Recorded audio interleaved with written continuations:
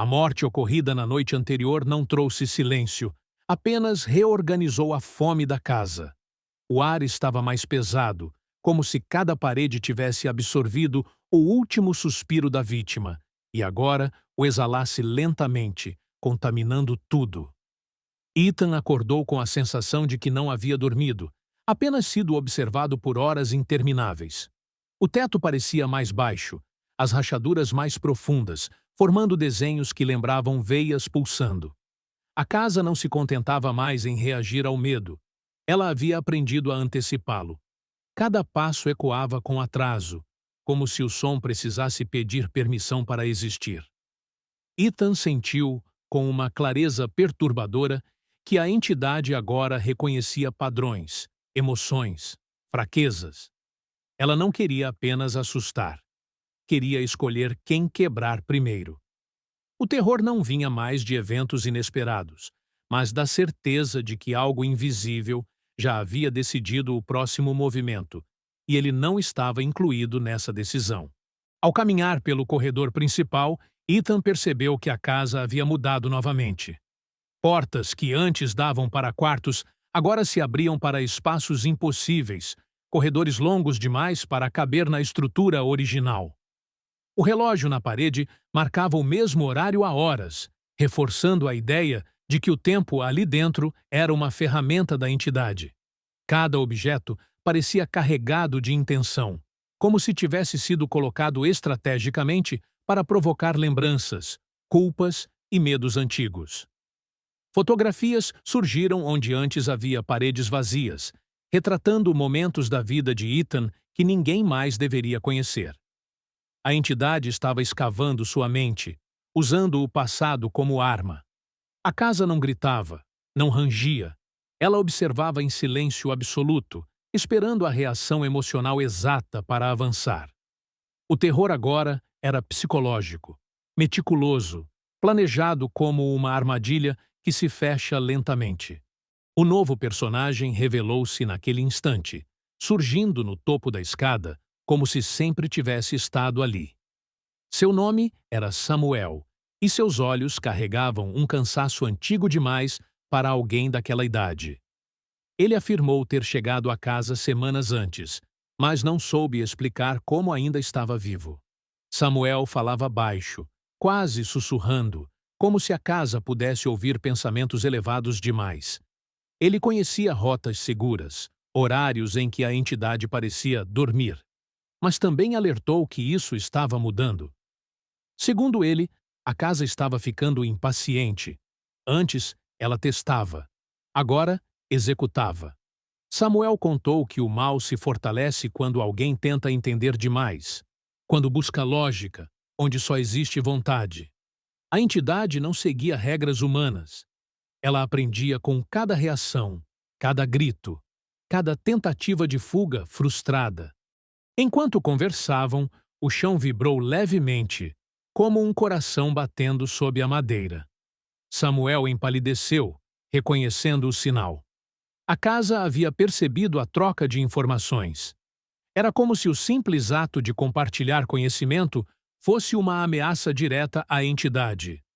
As luzes piscaram, não por falha elétrica, mas como um aviso. Ethan sentiu uma pressão na cabeça, pensamentos embaralhando, memórias se sobrepondo de forma dolorosa. A casa estava interferindo ativamente, tentando quebrar a comunicação entre eles.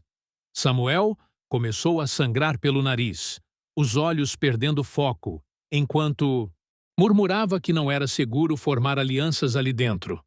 O mal não tolerava união. Ele precisava de isolamento para consumir cada alma por completo. Parágrafo 5. A entidade então se manifestou de forma mais direta, não como uma figura visível, mas como uma presença esmagadora que distorcia o ambiente ao redor. As paredes pareciam se aproximar, o ar se tornando rarefeito, difícil de respirar. Ethan sentiu algo tocar sua mente, não como um pensamento, mas como uma intenção pura, fria e cruel. A casa estava escolhendo. Não era mais um jogo de sobrevivência coletiva. Era um ritual de seleção. Samuel caiu de joelhos, gritando palavras desconexas, enquanto o chão sob ele começava a escurecer, como se absorvesse sua sombra. Ethan tentou puxá-lo, mas a madeira estava quente demais para tocar. A casa havia marcado território. Nesse momento, Ethan compreendeu que a entidade não se alimentava apenas do medo imediato, mas da antecipação dele. O verdadeiro horror estava na espera, na sensação constante de que algo irreversível estava prestes a acontecer. Cada respiração era uma concessão temporária. A casa reagia como um organismo completo, ajustando-se às tentativas de resistência. Portas se fechavam sozinhas, janelas desapareciam, e o som de passos ecoava sem origem definida. Ethan percebeu que a entidade agora estava ativa o tempo todo. Não havia mais intervalos seguros. A casa havia despertado por completo, e sua paciência havia acabado. Samuel, ainda vivo, sussurrou uma verdade aterradora antes de desmaiar. A casa não mata todos de uma vez porque precisa de testemunhas. O sofrimento observado alimenta algo maior, algo que se estende além daquela estrutura física. Ethan sentiu um calafrio profundo ao entender que a entidade poderia existir em múltiplos lugares, usando a casa apenas como um ponto de ancoragem. Cada morte fortalecia esse elo. Cada sobrevivente carregava um fragmento do mal consigo. Fugir talvez não significasse escapar, mas espalhar a presença da entidade para fora daquelas paredes. Sozinho novamente, Ethan se viu forçado a tomar uma decisão impossível: continuar tentando salvar quem restava, ou focar apenas na própria sobrevivência. A casa reagiu à sua hesitação com um som grave, quase um riso distante.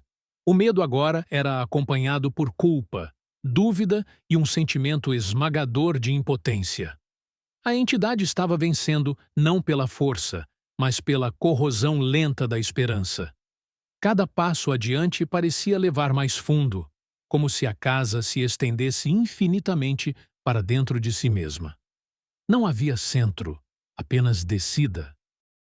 Ethan começou a notar marcas surgindo em sua pele, símbolos que não lembrava de ter visto antes. Eles pulsavam levemente, sincronizados com os ruídos da casa. A entidade estava deixando sua assinatura, um aviso de posse gradual. A sensação de identidade começou a falhar. Pensamentos não pareciam mais inteiramente seus. A casa não precisava mais de portas trancadas. Ela estava se infiltrando onde nenhuma parede alcança. O terror atingia um nível íntimo, pessoal, impossível de compartilhar plenamente. Era um horror silencioso que cresce dentro do indivíduo até ocupar tudo. O capítulo se encerra com Ethan parado diante de uma nova porta que não existia antes. Diferente das outras, ela parecia intacta, limpa, quase convidativa. Ele sabia, com uma certeza aterradora, que ao atravessá-la, algo fundamental seria perdido. Talvez memória, talvez humanidade, talvez alma. A casa aguardava, paciente e consciente, como um predador que sabe que a presa já não tem para onde correr.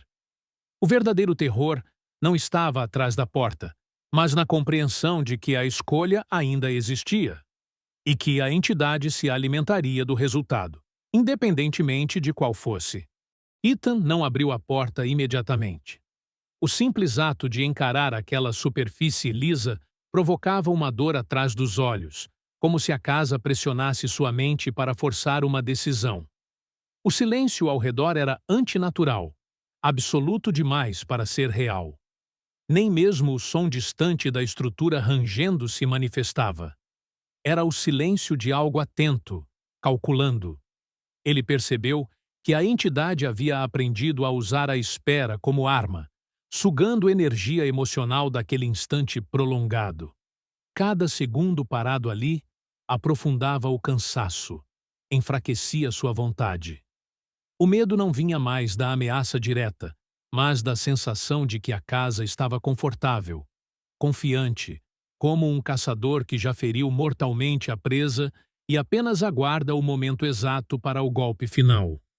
Ethan sentiu um gosto metálico na boca e compreendeu que aquela porta não era um caminho, mas um teste. Não para decidir quem vive, mas quem se rende primeiro. Quando finalmente tocou a maçaneta, o frio percorreu seu braço até o ombro, espalhando-se pelo peito como gelo líquido. A casa respondeu com um som profundo, quase imperceptível, semelhante a uma respiração satisfeita. A porta não levou a outro cômodo, mas a uma versão distorcida da sala principal, onde tudo parecia levemente errado. Os móveis estavam dispostos como lembranças mal reconstruídas, sombras fora de lugar, proporções quebradas.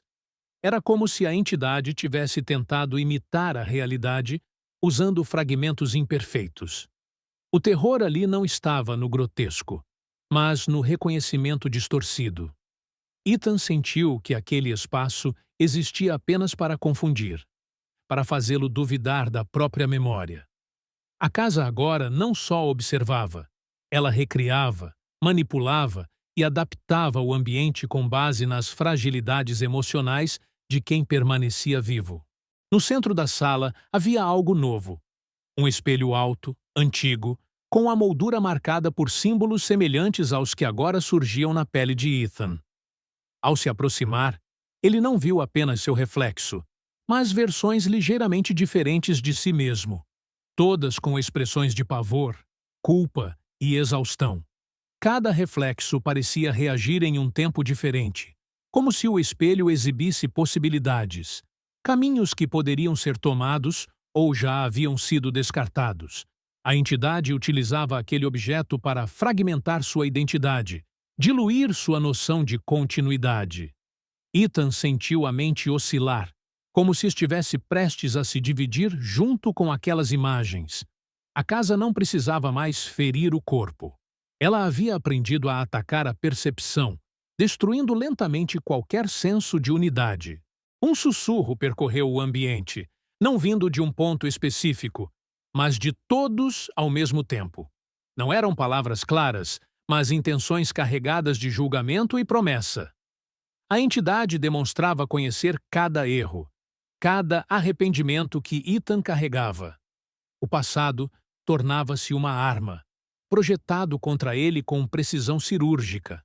As paredes começaram a exibir manchas escuras, formando cenas incompletas, lembranças que não pertenciam apenas a ele, mas a todos que haviam passado pela casa. Era um acúmulo de sofrimento, uma memória coletiva do mal. Ethan percebeu que a entidade não esquecia nada. Cada dor deixava um rastro, cada morte fortalecia aquele arquivo vivo de horrores. A casa era um repositório de almas marcadas. O chão vibrou novamente, mais forte desta vez, e Ethan ouviu um grito distante. Reconheceu a voz de Samuel, mas distorcida, como se viesse de muito longe. A entidade estava reutilizando vozes, transformando esperança em isca. O desespero tomou forma física, apertando o peito, dificultando a respiração. A casa agora caçava ativamente, empurrando suas vítimas para decisões precipitadas. Ethan sentiu a urgência crescer, o impulso irracional de correr, de agir sem pensar. Era exatamente isso que o mal queria. A entidade prosperava no caos emocional, no movimento impulsivo. Resistir exigia algo cada vez mais raro ali dentro: clareza. Ele fechou os olhos por um instante, tentando se ancorar em algo real, algo que ainda fosse apenas seu. Mas até esse gesto foi distorcido. Ao abrir os olhos novamente, a sala havia mudado sutilmente, como se tivesse respirado. O espelho agora exibia apenas um reflexo.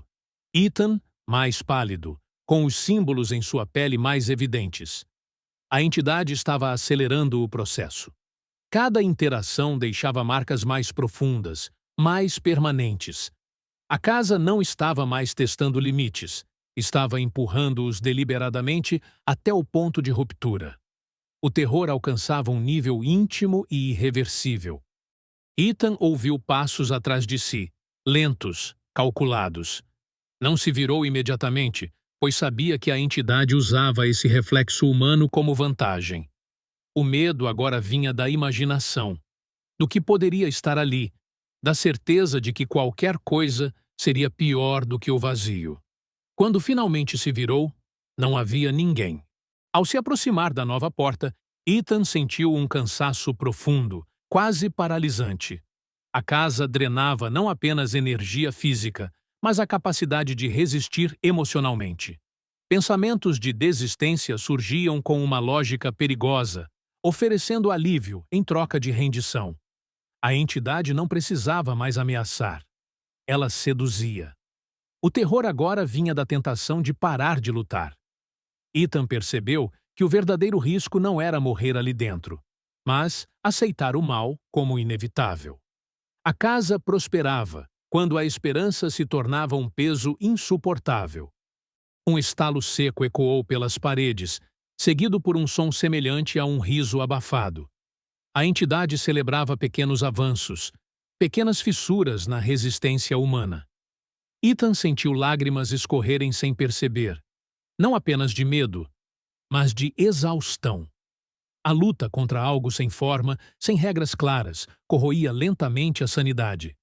A casa havia evoluído de um espaço amaldiçoado para uma consciência ativa, estratégica, cruelmente eficiente. O terror não era mais pontual, era contínuo, persistente, impossível de ignorar.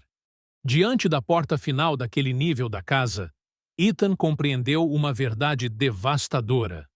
O mal não precisava vencer completamente para triunfar.